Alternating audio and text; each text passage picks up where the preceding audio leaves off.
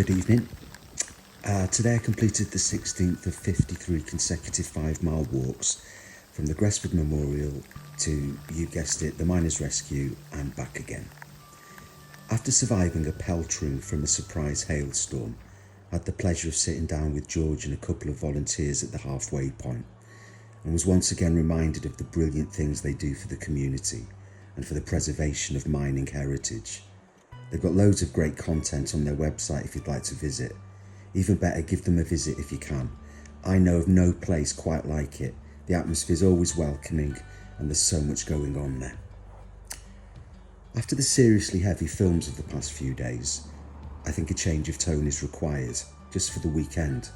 And so I'll give you a tour, some history and some trivia about Gresford, after which the colliery is named, even though it's in Pandy.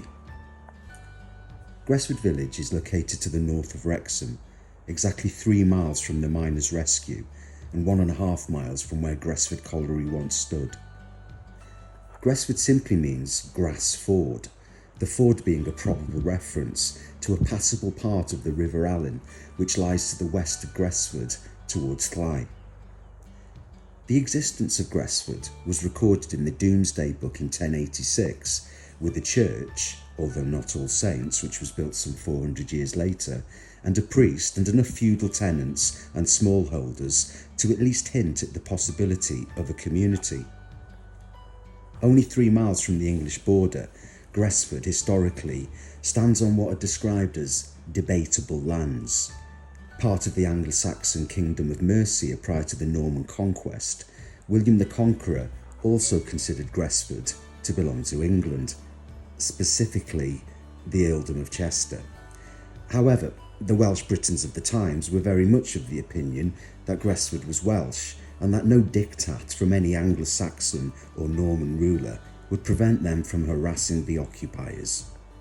Historian Alfred Palmer concurred, stating that when the village is raised, we'll find all the lords of the land were Welsh-speaking. It wasn't until Henry VIII's Act of Union and the establishment of Denbighshire that Gresford would firmly and finally be in Wales. By the 19th century, improved transport links had opened up North Wales to tourism, and one traveller described Gresford as a tract of country remarkable for the richness of its soil, the beauty of its scenery, and the pleasing views it presents. The little vale of Gresford is one of the most lovely in the whole country. In 1847, a school was built for the poor, known today as Gresford All Saints. Today, it's considered a very good school, and as the father of 2 children who went there, I couldn't agree more. But this wasn't always the case.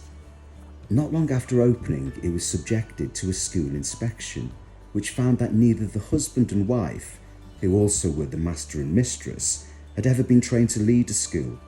Indeed, the master was found in the pub when the inspectors arrived at 10 a.m, and the mistress was found to be, quote, incapable of discharging her duties, close quote.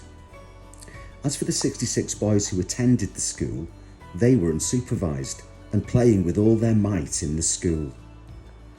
All Saints Church, the large church that dominates the village's skyline, is probably the reason why a settlement became established in the first place.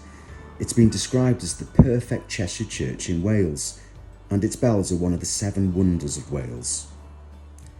In the middle of Gresford is an attractive lake, although exactly whether it's a lake or pond truly exercises the locals, who can be heard late into the night in the plough arguing over whether it's a lake or a pond.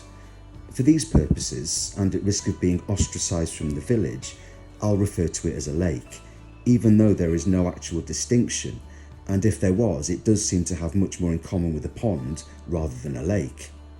Whatever it is, you'll find it populated by ducks, fish and dragonfly, and at least once a year by scarecrows. Just ask a local. A word of caution though, in support of ducks. Ducks hate bread. It makes them ill and encourages nasty algae things, which also makes ducks ill. So if you go down to feed the ducks, they're much more partial to oats or peas or grapes. cut into quarters, of course.